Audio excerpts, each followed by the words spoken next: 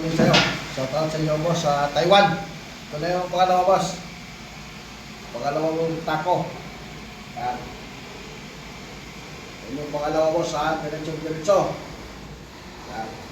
Sa lahat ng mga Pilipino dyan sa Taiwan, tako na dito na yung model sa atin dyan sa Taiwan.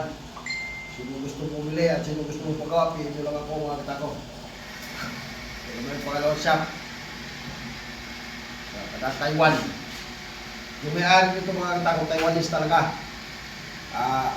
Galing siya dito sa bahay, pumunta siya dito sa bahay. Pagawa siya, nagbakasyon siya ng Pilipinas.